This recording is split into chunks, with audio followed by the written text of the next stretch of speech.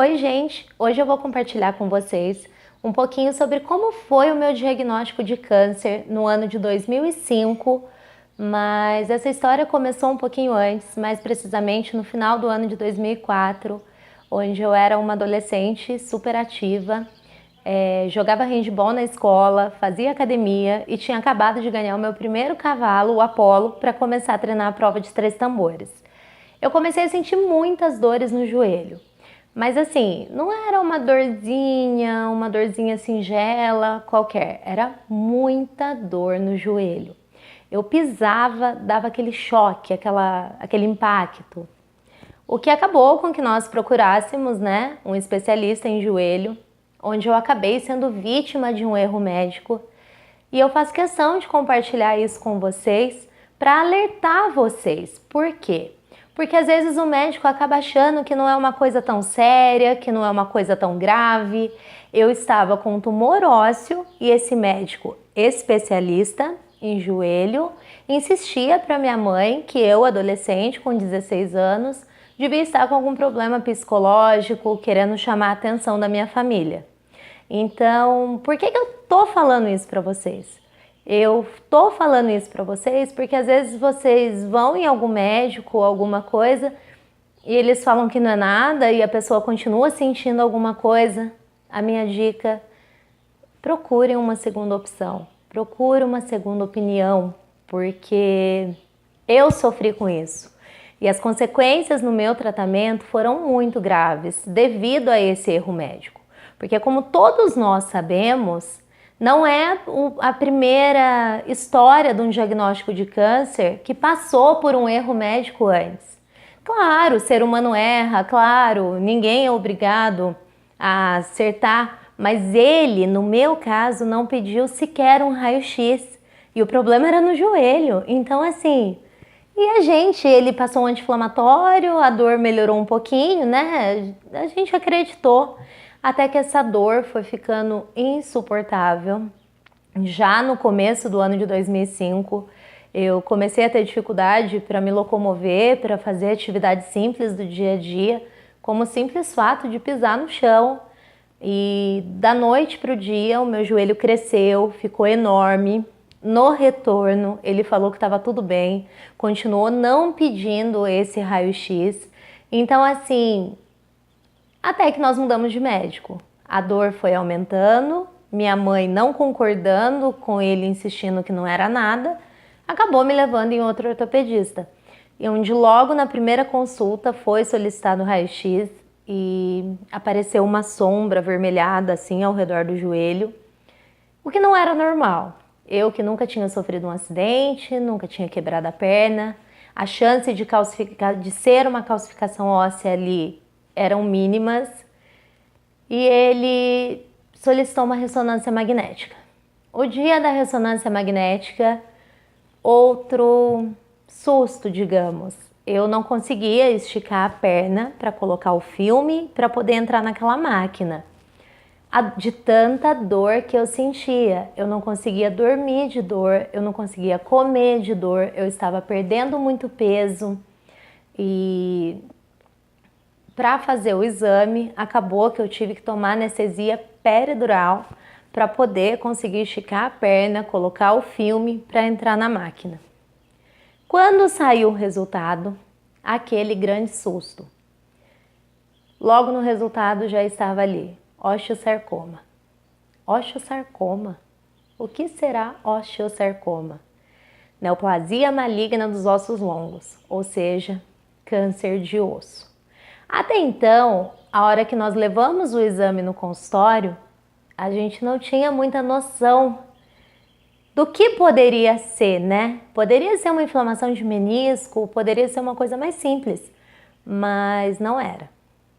Até que o Dr. Paulo nos falou que o meu tratamento era para ontem.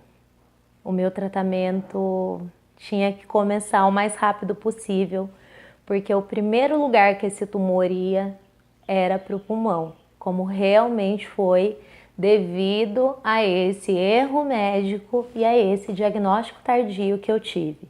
Por isso eu faço questão de frisar isso para vocês. Se foi ao médico, se está com dor, o médico não solucionou, procure uma segunda opinião. Infelizmente, quando a gente se fala em estatística, eu não sou a primeira que sofreu um erro médico num diagnóstico de câncer. E um atraso de um dia nesse começo de tratamento, nesse começo de quimioterapia, pode ser fundamental na vida do paciente. Eu perdi a perna porque o meu caso foi de amputação, porque o tumor estava numa fase muito avançada. Quando ele cresceu, ele englobou a artéria femoral como se fosse uma aliança, e quando ele morreu com a quimioterapia, a artéria continuou envolvida, o que acabou gerando um comprometimento vascular. Então, assim, no meu caso, para que eu, Thaline, sobrevivesse, eu não tive alternativas. Eu tive que sofrer a amputação da perna. E por quê? Ou era minha perna ou era minha vida. Agora, se esse diagnóstico tivesse sido feito no começo, talvez eu teria colocado uma endoprótese, talvez eu não teria tido a metástase pulmonar. Eu falo talvez porque a gente não sabe, né? Mas assim, então esse erro influenciou no meu diagnóstico, influenciou no meu tratamento, mas graças a Deus eu tô aqui, eu tenho muita gratidão pela minha vida, eu tenho assim, eu amo viver, independente da condição, independente da situação com que o câncer me deixou. Eu amo estar aqui vivendo os meus sonhos, né? Porque a minha vida seguiu, a minha vida continuou. Hoje eu trabalho, eu tenho blog, eu faço os 3 tambores que eu amo, eu tenho contato com a minha família, assim, a vida seguiu. Porém, com